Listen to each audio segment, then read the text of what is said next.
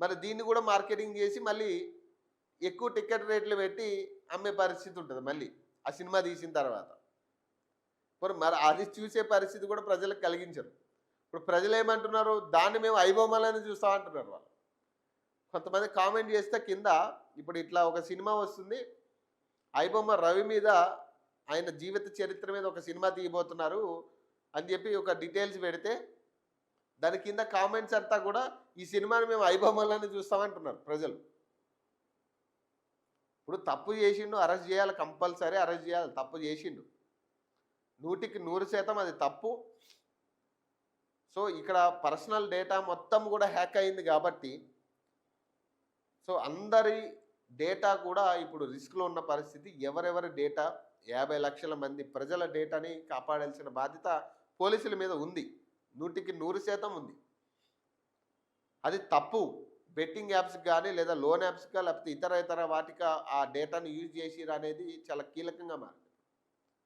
ఇక్కడ నా డేటా నాది డేటాలో ఏముంది కాదు, నేను పొలం పనులకి చేసేటోని లేదా కూలి పని చేసుకుని బతికేటోని, నా డేటాలో ఏముంటుందని అనుకోవచ్చు. కానీ మన డేటాతో ఎన్నో రకాల విషయాలు చేయొచ్చు.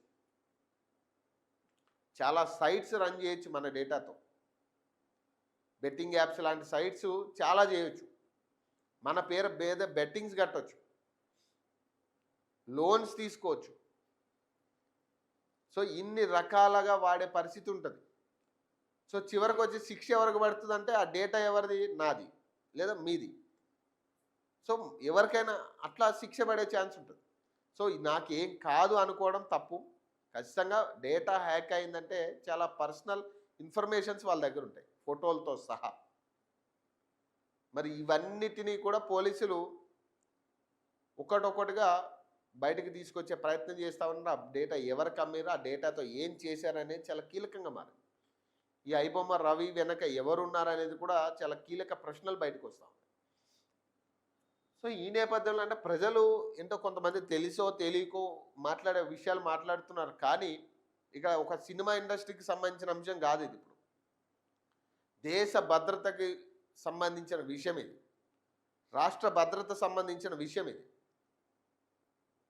ఇది ఒక సినిమా ఇండస్ట్రీకి సంబంధించిన విషయం కాదు, కేవలం సినిమాలు పైరసీ